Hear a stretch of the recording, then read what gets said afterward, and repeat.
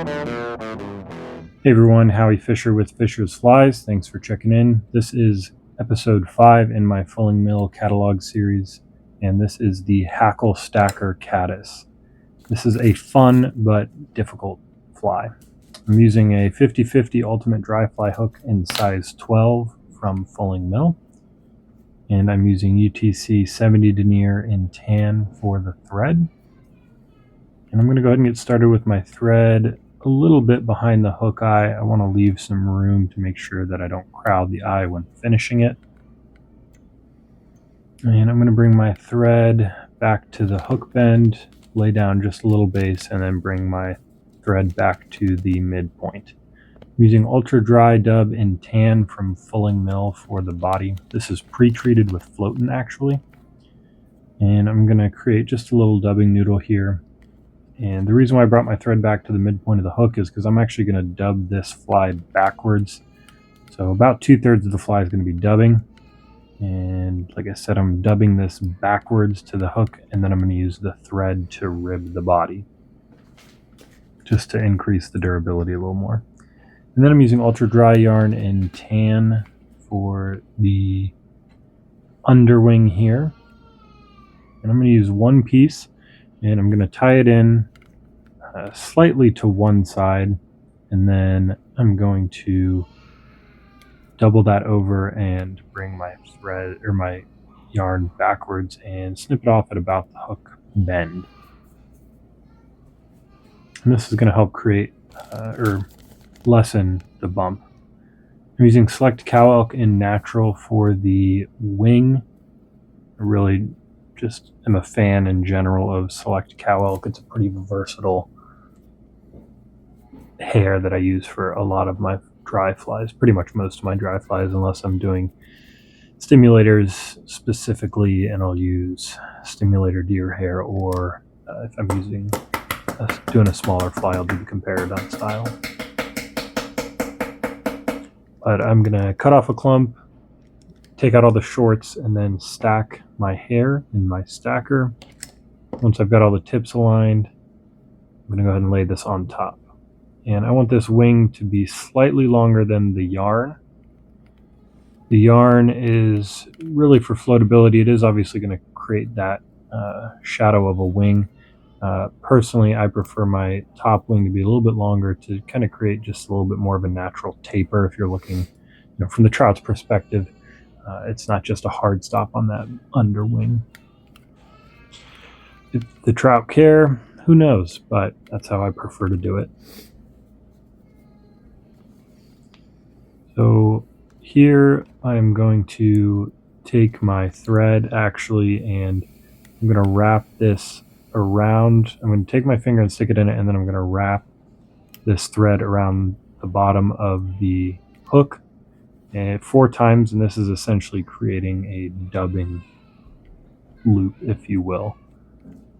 And as I mentioned before, this is where this fly gets a little bit more difficult. The Hackle Stacker technique, specifically with a Caddis pattern with this wing directly behind where you're tying the Hackle Stacker, is definitely on the more difficult side. I'm using Furnace Hackle from Whiting Farms, appropriately sized.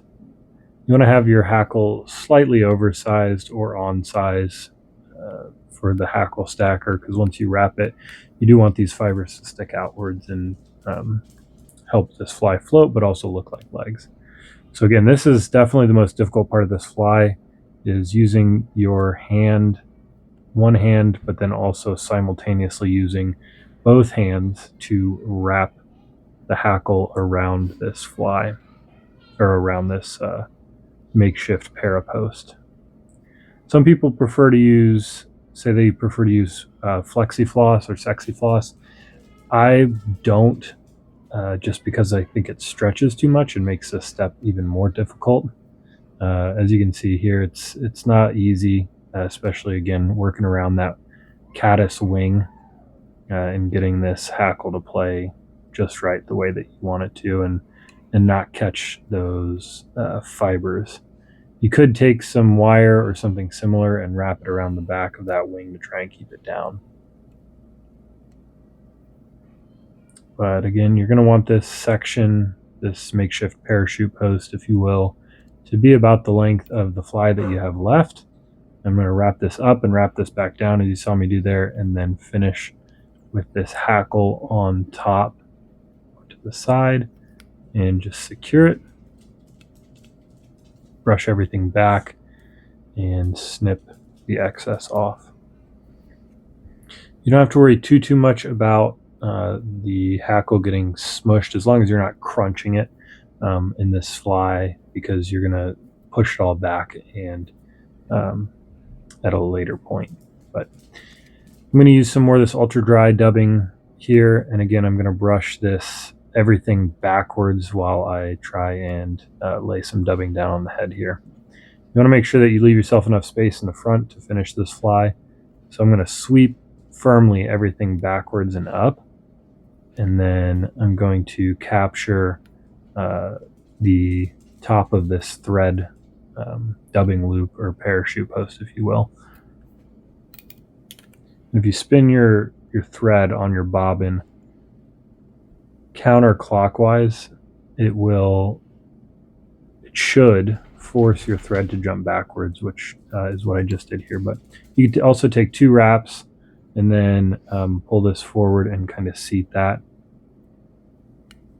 and then you're going to wrap over top of the thread and in front of, and you're going to snip this off after you've got it seated where you want it to be.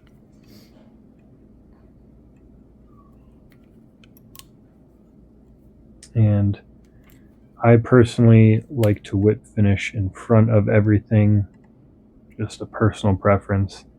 Make sure that that thread is not, hanging out on anything other than the thread or the hook shank itself.